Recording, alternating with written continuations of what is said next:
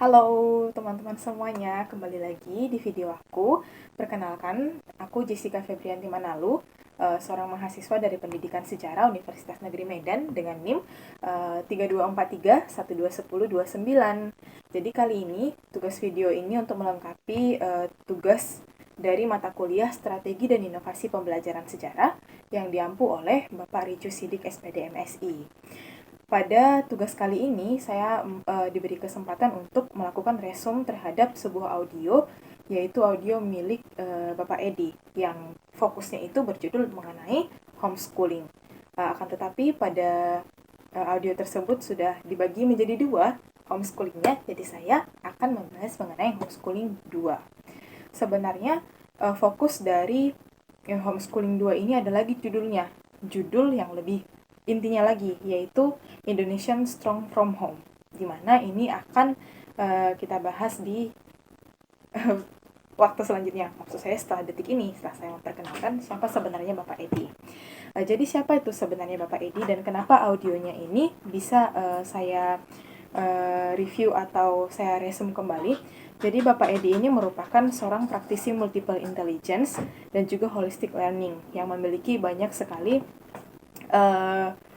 ilmu terhadap homeschooling dan terhadap dunia pendidikan serta lebih fokusnya terhadap anak.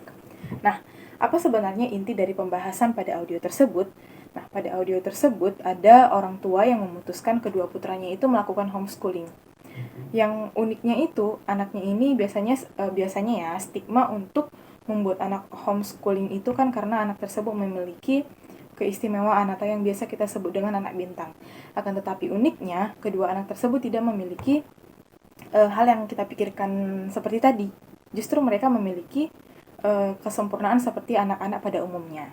Nah, jadi orang tua yang memutuskan kedua putranya tersebut untuk lebih mengikuti homeschooling daripada melakukan kegiatan akademik seperti anak-anak pada umumnya itu adalah Bu Joko, yaitu yang bisa kita sebut dengan Ibu Mandia dan juga Pak Joko.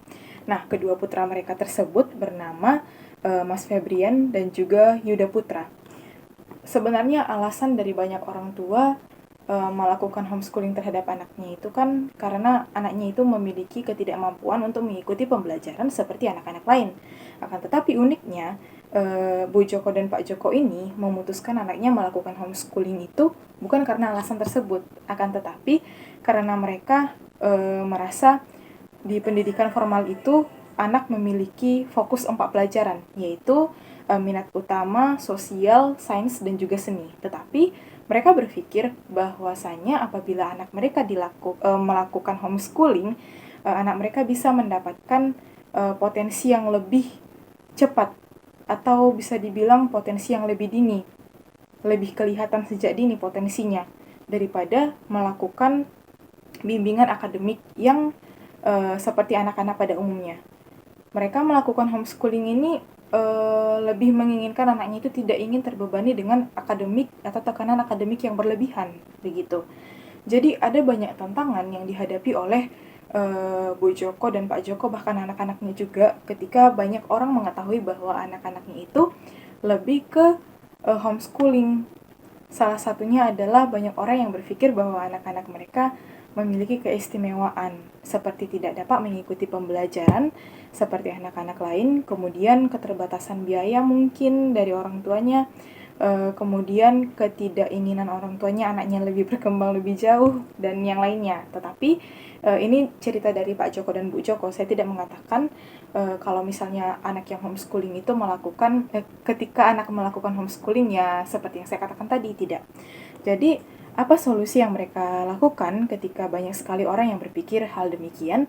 Mereka lebih memilih untuk terus menyemangati dan mendampingi anak mereka daripada menambah permasalahan yang mungkin mereka rasa akan membuat semangat anak mereka itu semakin menurun ketika mereka berbeda dengan anak-anak lain pada proses pembelajarannya. Tantangan lainnya seperti yang dikatakan oleh Ibu Madia, yaitu salah satunya adalah anak mereka itu lebih dekat dengan keluarga, tetapi pergaulan mereka itu kurang di lingkungan luar rumah. Tetapi dengan kedekatan dengan keluarga tersebut, mereka lebih bisa menjaga batasan terhadap dunia luar. Itulah yang menjadi keuntungan dari homeschooling ini, seperti yang diharapkan oleh Bu Joko dan Pak Joko. Nah, setelah itu ada beberapa hal yang membuat mereka agak kaget, karena kagetnya itu anak mereka ternyata bisa mendapatkan hasil yang yang melebihi bayangan yang mereka rasakan. Karena pada kenyataannya mereka sebenarnya hanya ingin membuat anaknya itu lebih fokus kepada satu saja. Contohnya anaknya Bu Joko yang bernama Putra tadi, Yuda Putra tadi, gemar sekali menulis, melukis, dan di dalam dunia seni. Dia akan fokus hanya kepada dunia seni saja. Tetapi yang menarik adalah kedua anak tersebut memiliki ketertarikan yang jadi beragam, dan ketertarikan yang beragam itu dapat mereka kuasai, sehingga setelah dewasa mereka memiliki kesempatan kerja yang lebih luas, kemudian istilahnya sukses lah, sukses, itulah pokoknya sukses ya guys. Soalnya ya itulah sukses. Terus kok jadi nggak formal gitu ya, jadi sukses. Dari situ, singkatnya kita dapat menyimpulkan bahwa dari cerita mereka, kenyamanan dari sebuah pembelajaran itu sebenarnya berpengaruh tidak hanya di mana kita belajar, tetapi siapa yang mendukung kita dan siapa yang menyemangati kita. Menemukan minat anak sejak dini itu adalah hal yang sangat penting. Bukan hanya bagian dari tugas orang tua, tetapi bagian dari tanggung jawab anak juga. Ketika orang tua memilih untuk memberikan satu kesempatan yang unik dari anak-anak lain terhadap anaknya, berarti orang tua tersebut memiliki tanggung jawab yang harus ditanggung-jawabi ketika mereka memberikan sesuatu yang berbeda kepada anaknya dibandingkan dengan anak-anak lain. Itulah yang menjadi pembelajaran yang diberikan oleh Pak Joko dan Bu Joko tadi di dalam audio tersebut. Nah, jadi apa kesimpulan yang bisa saya ambil dari hasil audio yang telah saya review mengenai percakapan dari Pak Edi, Bu Joko, Pak Joko, kemudian kedua putra Pak Joko ini. Pembelajaran yang bisa saya ambil adalah menemukan minat anak sejak dini adalah bagian dari tanggung jawab seluruh keluarga dan juga termasuk anak tersebut. Oleh karena itu, orang tua harus memiliki tanggung jawab untuk mendampingi dan menyemangati anak dalam setiap perjalanan dan proses mereka. Dan anak pun memiliki tanggung jawab untuk mengikuti alur yang baik dan menemukan apa yang menjadi bakat mereka, serta mengimplementasikannya dengan baik di kehidupan mereka, dan memanfaatkan setiap dukungan yang diberikan oleh orang tua mereka. Begitu. Sehingga seorang anak bisa memiliki karakter yang terbentuk dengan baik dan juga sifat yang dapat bermanfaat bagi banyak orang. Begitu. Jadi demikian yang bisa saya sampaikan mengenai audio mengenai Pak Ayah Edi.